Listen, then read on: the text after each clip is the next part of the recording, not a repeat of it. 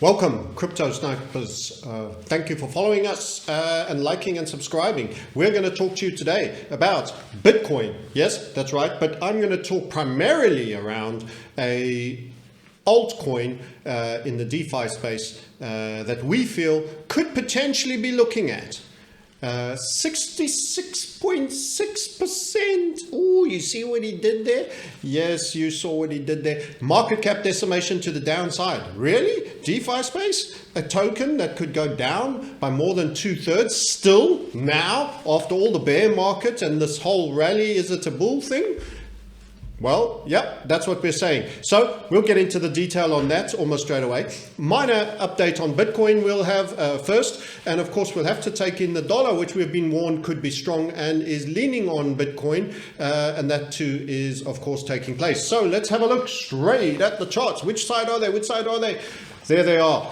So here we go. I've drawn in the transgender pink, your favorite color, my favorite color. Of course, we are modern men, or is that ladies, or is that something else? I don't know. Anyway, trumpet is what I've drawn here. It is a trumpet. It is a broadening structure that is bullish, but starts to get ever more volatile in its swings. So you might ask, what does that mean? What does that mean? Nice, you gave it a name, you drew some lines. What does it mean? Well, generally, when you are in something that's been going up in a broadening structure, a trumpet, it's not a megaphone. A megaphone has a pole and then broadens. In other words, there's something violent and then it has a broadening. This is a trumpet. We break all this down, by the way, in our materials, and we implement it and why it's different and how it has to be handled differently. Just go click that very first link in the description and book a call. Have a chat to a trader like you, an investor. By the way, this doesn't have to be day trading, 9 screens burning your face. No, sir. I actually was burning my face on the beach this morning and totally relaxed. And I am in a position that is a well thought out long-term position that is currently in profit in a number of different markets, including crypto. So what's happening? What does the trumpet mean? Well, it essentially means that you are whipping around and you are getting a little bit thrashy. Now, when markets start to get more thrashy, it's usually a problem. You know, in other words, when the talking heads say it's volatile out there, it's volatile out there, in case you couldn't hear it. That typically means it's starting to get a bit choppy and the market's getting a bit concerned. And it usually is either as it's about having an off or about to have an off. So that is pretty common. And Bitcoin, very nice, strong, let's go with the green, let's go green. Strong off a very low volatility. See, low volatility, generally good. Really low volatility there, and nice and strong off here, then bumping up. Eventually a megaphone. You see the difference between a trumpet and a megaphone. A megaphone on a pole, and you have a little dip down, but you bounce on the midpoint, the splitter. We're the only guys that talk to you about splitters in broadening structures, expanding structures, tightening structures, etc., and the important role that they play. You can find out more about that. Then you go up, you crash, you have a small bounce and go sideways at your splitter, and then you spill to the other side. Then you have pumper mental that took you from the 1990s. We did call that low as part of our original framing. That was the inverted head and shoulder, which still is there. But what has happened is your market has lost momentum. And when it starts to lose momentum, it starts to paint a different pattern. And the more current pattern is the most recent feedback. This is why we change our minds. People get so pissed off. You're not allowed to change your mind. It's got to stay a bull. I want bull. I want a bull market. Don't change your mind. That's cheating. It's cheating. We are dastardly little cheats. We change our mind. Indeed. So really strong that. Squeezy, squeezy, little Japanesey, and strong again. So you're bumping up against the ceiling of this trumpet. You didn't even know it was a trumpet at that point. We told you about this falling wedge, and we said you're going to probably get a dip below your 25K, and you can buy at 24 all the nines, and you would have got another amazing entry, and you got another surge. But this surge, instead of making it to the other side of this broadening structure, it only makes it halfway. And that is the beginning of progress decay. And that is why we also referred regularly to the marginal higher high is actually not your friend. He's your enemy. He's your enemy. That's right. Going higher by just a little bit is your enemy. There you go. Another broadening structure on a pole, and also an ascending nature on a pole. Ascending nature on a pole. This is what you'll learn. This is what you'll learn in detail. What does that typically mean? Some exhaustion. So you spill, fractalize, you spill, fractalize, spill, spill, spill, and you form a new, smaller falling wedge. However, you are now in a trumpet who failed to make it to the other side. You're already showing signs of decay in your overall pricing power. You're losing fizz. This time, when your wedge starts to approach the basing ascending grind line that is so beautiful there in pink that I've now doubled up in green, you don't hold it, but you actually spill outside of it. And that's what's happened here. So you actually broke. It was a key break of both the basing descending grind line of the falling wedge that we've got there, and it was of the larger trumpet. Now you have fallen out of the trumpet. What typically happens when you first break a move is you get a bit of a return move. So you're getting a bit of a return move. We also suggested it was possible, and is still a little bit possible, that you could get a shoulder, but we suggested that that shoulder would by no means go and make the same height as the previous shoulder. This barely qualifies as such a thing. This is grinding weakness. This is grinding weakness, my friends. And what the problem you're having is that you've got your Dixie now that's run 105. Your dollar index, strong dollar, bad, bad, bad for euro, bad for Bitcoin. Yes, how ironic, you say. The man who keeps tying these two things together, they're very, very different. Of course. But anti-fiat, king fiat dollar, not good for the euro, not good for Bitcoin when that happens. Not good at all. So what we've actually seen after the possible downside break of the Dixie to a 97 target. Let's show you the Dixie target. Let's show you. Now we've done Bitcoin so beautifully. By the way, before we leave the Bitcoin chart, this is not generally pretty good. That is, apart from that little bump that was all the hypium and hopium about the ETF, which we mentioned was on very low volume and not particularly significant. And by the time we got the video out, it had already crashed back down again. Even I didn't expect something that significant. But anyway, what often happens in this very low vol, and you can actually puke after a while. You go low, blah. It's a bit like a guy falling asleep in the back of the class. Eventually you hear their head hit the table. Doof! And the keyboard, and he writes QWERTY on the screen, and there's a bit of slobber all around, and everybody turns around and goes, oh, it's good old Ruprecht fallen asleep again. Anyway, so that's kind of a risk that's coming. This is not overtly bullish right now, generally, and you're out of the trumpet. And what's happened on the dollar index? Let's have a look. Dollar index, take me to the currencies, if you please. Yes, indeed, currencies, if you please. Here she comes. Oh, that's not the one I wanted. Let's do a different one. Take me to Dixie, please. Money, please. Dixie, please. Yes. Different template. All.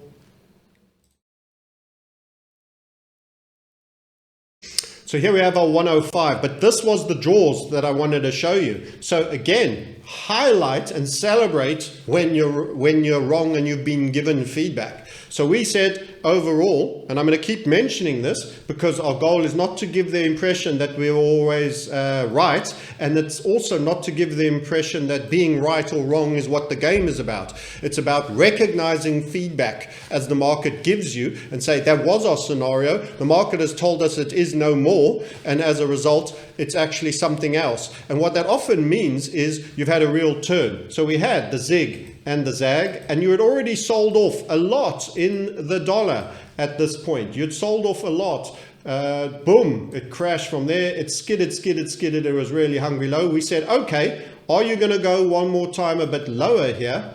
And it started, it absolutely did, on that non-farm payrolls miss, and it threw, bang, it hit just below, of course. Key levels of significance always just run. A key rule of Hunt Volatility Funnel Method. That thing you will learn about, watch and see implemented in a live trading environment on that very first link below. By the way, don't forget to buy gold on our Pure Gold link Also, you can buy internet gold, which if you're just doing $50 a time, you can accumulate on the bullion vault link. I also utilize Simple FX, so I can use my crypto to pledge and trade. You can use the Simple FX link. That helps and supports us. It doesn't add any further cost to you, and we appreciate it. So those links below. So bounce, and we expected a bounce and then a rally, but you didn't get a full rally. You got an absolute full reversal, came all the way back, and the minute it broke that level for us, that is an end and dead pattern. So in short, this was a final capitulation. That was a failed pattern, and that typically calls a bottom on a currency. So the ruling just pivots, and we have new information by understanding that. So having run the 100 and traded 99s, etc., and turned like this, it is now a bullish season for the dollar. Hence why we've also flexed more cautious on the Bitcoin and all the other aspects. So that is why new information comes in, you adjust. So we've gone from being probably a bottom and a bull, and you're in an inverted head and shoulders, to it's ceasing to progress as it should. It's starting to make marginally higher highs, and now I've mentioned the broadening structure that I went through with you called the trumpet, and I'm saying dollar dominance is back. Dollar turned from those low levels and has gone up, and Bitcoin is facing a headwind instead of a tailwind. And it's also diametrically opposed by nature. In other words, the one does well when the other does badly. They are antagonistic generally. Not exclusively 100% to the one, but to a very high level of inverse correlation. Okay, so this is continuing to go higher. And what does that mean? Well, America's going to out-tighten the rest. Why? Because BRICS threat? Of course.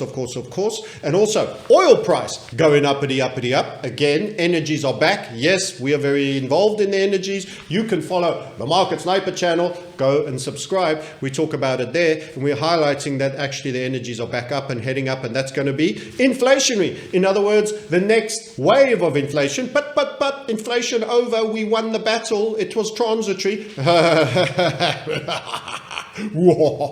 No, it's not, and it isn't. And here comes the next wave, and petrol and oil will go up. And there's also the possibility that a very hard slam natural gas might turn as we head into the seasonality that is autumn going for winter, where it could see stocks start to be required on the energy front. So it could get more inflationary, and the dollar's going to want to keep ahead of the other currencies in terms of being relatively tighter, thereby keeping a bit under the dollar, which higher yield will get better supported than the likes of the other currencies, such as also the Chinese renminbi, the yuan, and the Korean won, and many of the others that are battling, including the yen. Also, go watch the Market Snipe for those channels. But this is crypto, so we won't go any further on the currencies, apart to say it matters. And dollar strength is a problem for Bitcoin as well. So Bitcoin not doing as badly against the euro, for example, as it is against the dollar, but the dollar is spoiling it.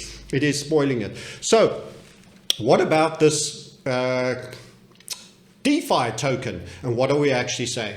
It's time to head into there. So we are expecting the potential for, in fact, we have two great calls. I'm going to share with you the DeFi one now that we mentioned previously. I'm going to tell you what token it is. It is, in fact, you guessed it, you saw the heading. Oh, there's no secrecy in this land. It is, in fact, Yearn, YFI. In fact, we think it's going to fall by 66.6%. The devil's number to the downside from when we first engaged it. It has already begun falling, and you have missed, unfortunately, by virtue of not being in our community, the beginning runs, which would have got you short in and around the 6,200s and a tiny bit more. But it is now down at where we were now, 5,357, and it's still a significant fall to where it goes. So let's take you to the YFI and explain why, technically, without knowing a goddamn thing about it, we think it's going down. But first, I'm going to play a game with your mind. Open your mind. Upside down, the land down under. Let's go and have a look at this chart upside down. Would you like to be a buyer of this particular chart on the way up? If you say, aye, aye, skipper, you're probably one of me and my kind. This represents for us a bullish continuation pattern popping out of a lovely rising wedge, squeezy, squeezy, 3 impulses, so beautiful, biggity, biggity, biggity, big, super tight squeezing along your splitter with a tiny top and bottom, and then pumpermentals all the way into, hold on a minute, round about the 3985s, and what was that? 16,000? That's not very good. No, it's awful. It's an upside down chart. That's what it is. I'm showing you an upside down chart. Why do I do that? Because some things are easier for you to see with your inherent bull bias. Do you want to be a buyer of this? Do you see upside to 1,755? 1,755, hang on a minute, this was trading at 16 something not that very long time ago, around about May, before that surge out of the falling wedge, which of course is a rising wedge here. How's that happening? Well, I'm afraid to report that this particular crypto is losing value. And what has it done? It's done what we would call a classic continuation pattern that we like quite a lot. And we are now sharing it with you. We are now sharing it with you because we kind of like that. Who knows? You might want to make some money and we want to help. But bear in mind, we're non-advisory. It's on your own and it could go the other way. We always can be wrong. If we're wrong, we're often 180 degrees wrong. So please bear that in mind. But at 5,352, don't forget, you could have been in here on that little moment down here, which was well sub the 6196, which of course was 6200 because the scale is inverted because it's an upside down chart. You knew that already. So we are calling for 1,755. Now, if you run the mathematics on that, you will see it's a market decimation of around 2/3, 66.6% from our original 6,200 to 1,755. Even if you were, for example, to get into it now and short it now, and it were to go from 5,352, it would still be a considerable market cap decimation. Also remember that these things can overshoot a wee bit. We suggest closing at the targets we do. That is why we apply a method. But there may be a little bit of overperformance in that. So you could close 85, 90%, and you could, via discretion, ensure you do no damage on that remaining 10%. Let's just have a look at the mathematics if you were to get involved even at the 5,353, 5,353, and I'm going to minus. I'm going to, before I minus anything, let's add it to memory so I don't have to type it again. Minus 1,755. This is on Binance that I've done the mathematics. So it's 3,598. Divide by memory recall. That's so difficult number to type. That wasn't it. It was 5,353. Oh dear, I've already bunged it up. Let's try that again one more time. So 5,353 minus where it is now on to the target of 175 minus 1,755. So it would actually be losing $3,598, and you're going to divide that by 5,353, where it is roughly now. And that is, ooh, you can see you're still getting the 66.6%, aren't you? You're still getting that devil's number. Why did we do the mathematics so generously to ourselves? I think I got a slightly higher target. I was doing it on Bitfinex. So on Binance, actually, you're still going to get your 66.6%. That's right. You'll grow a horn out the middle of your head and you'll start to take on funny complexion and getting up to dastardly deeds, as we sometimes do, like turning your charts upside down. But in the meantime, you could be a whole bunch wealthier for it. One word of warning for people that like a trade idea and follow the channel because they get a trade idea. It's just a trade idea. We don't guarantee anything. Remember all of that. It's non-advisory. You've got to watch volume. You've got to watch volume. And overall, this is not particularly high volume. If you go and try build a position of $500,000 or $1 million in this, it will take you a long time. And you know what? If you're wrong, it could take you a heck of a long time getting out, and you might end up pumping the market to the upside in doing so. So please understand, this is for Generally the smaller sizes and the smaller accounts, because volume is not huge. You can check it out on Binance. It might be a bit higher. This is the Binance chart. I had it on Bitfinex, and it is unimpressive by its volume. We in our community have actually slowly shifted to, wait for it, a very prominent top 15. I'm not sure where in the market cap YFI is. Yearn, where is he on the market cap? We have got an alternative that is incredibly liquid on a number of platforms, that is in the top 20, and you would know it well in, and that one is becoming our new priority to the short side. And if you want to find out which token that is, because you would like to put a little bit more on and you would like more liquidity and the comfort of greater liquidity than Yearn is offering, you can click the link below and book a call and contemplate joining us. 135 YFI is 135. You see, generally I don't do those very often, and I kind of got into it and I'm doing great and it's all hunky-dory, but you need to watch your liquidity. If you can't get in quickly, believe you me, it's going to be even harder getting out. That means you're probably trading too big. So check the average volume. What can you do? What can you do? How do I determine whether I can do a particular trade? So what you should do, a general rule of thumb of safety, take the average volume over a month.